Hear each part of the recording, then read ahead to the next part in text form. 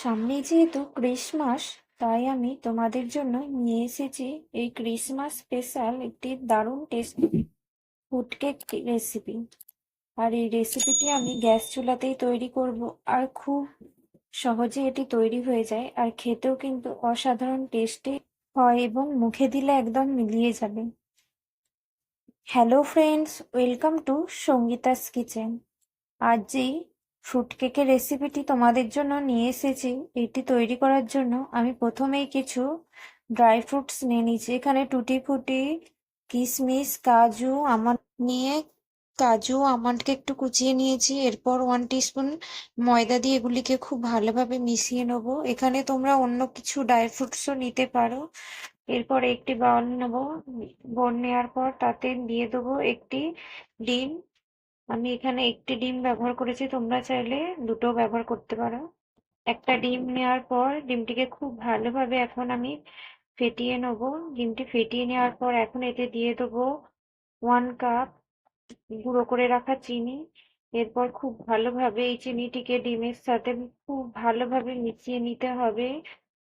যতক্ষণ না মিশে আসছে ততক্ষণ খুব ভালোভাবে এটিকে ব্লেন্ড করে মিশিয়ে নিতে হবে। তোমাদের কাছে হ্যান্ড ব্লেন্ডার থাকলে তাতেও করতে পারো, না হলে এরকম ভাবে বানিয়ে নিতে পারো। এরপর এতে দিয়ে দেবো 1/4 কাপ সাদা তেল। তেল দেওয়ার পর খুব ভালোভাবে এটিকে আমি মিশিয়ে নেবো। তোমরা তেলের পরিবর্তে এখানে বাটারও ব্যবহার করতে পারো, তাহলে কিন্তু কেকটা দারুণ টেস্টি হয়। এরপর খুব ভালোভাবে এটিকেও মিশিয়ে নেবো। এরপর আমি এতে নিয়ে নেবো 1 কাপ ময়দা। ময়দাটিকে কিন্তু ডাইরেক্ট চেলে নিতে হবে, তাহলে কেকটি খুব সুন্দর স্পঞ্জি হবে। এরপর খুব ভালোভাবে ময়দাটিকেও এই সমস্ত মিশ্রণের সাথে মিশিয়ে নিতে হবে। প্রথমে খুব ভালোভাবে এগুলি মিশিয়ে নেব। এরপর এতে আমি অল্প অল্প করে দুধ দিয়ে এই ব্যাটারটিকে বানিয়ে নেব। এই ব্যাটারটি কিন্তু খুব পাতলা বা গাঢ় করা চলবে না। আমি এভাবে আস্তে আস্তে অল্প অল্প দুধ দিয়ে ব্যাটারটিকে খুব ভালোভাবে বানিয়ে নেব। এখানে কিন্তু আমি রুম টেম্পারেচারে রাখা দুধই ব্যবহার করেছি। এরপর দিয়ে দেবো এতে 1 teaspoon baking powder, 1/2 teaspoon baking soda. এগুলি দেওয়ার পর খুব ভালোভাবে এগুলিকেও এর সাথে মিশিয়ে নেব। আমার এই ব্যাটারটি একটু গাঢ় লাগছে, তাই আমি আরো অল্প পরিমাণ দুধ ব্যবহার করেছি। এখানে আমি 1/2 কাপ দুধ ব্যবহার করেছি। এরপর এতে দিয়ে দেবো 1/2 টিস্পুন ভ্যানিলা এসেন্স দিয়ে দেবো। তারপর এটিকেও খুব ভালোভাবে মিশিয়ে নেব। সবকিছুকে কিন্তু খুব ভালোভাবে মিশিয়ে নিতে হবে। মিশিয়ে নেওয়ার পর দেখুন ব্যাটারটি ঠিক এরকম হয়েছে।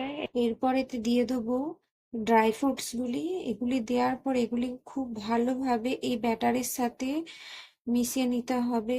এখন এই ব্যাটারটি পুরোপুরি তৈরি হয়ে গেছে।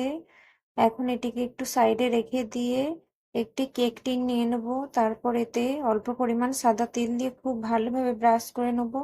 আর তোমাদের কাছে যদি বাটার পেপার থাকে তাহলে অবশ্যই কিন্তু বাটার পেপার ইউজ করবে, তাহলে কেকটি কিন্তু ইজিলি কেক টিন থেকে বের করা যাবে, কোনো অসুবিধাই হবে না। আমার কাছে ছিল না, তাই আমি এইভাবেই বানিয়ে নিয়েছি। আর আমি আগেই 5 মিনিটের জন্য এই কড়াইটিকে প্রিহিট করে রেখেছি। এখন এতে এই কেক টিনটি বসিয়ে দেবো, দিয়ে একদম লো ফ্লেমে 30 থেকে 40 মিনিটের জন্য এটি ব্রেক করতে দেবো।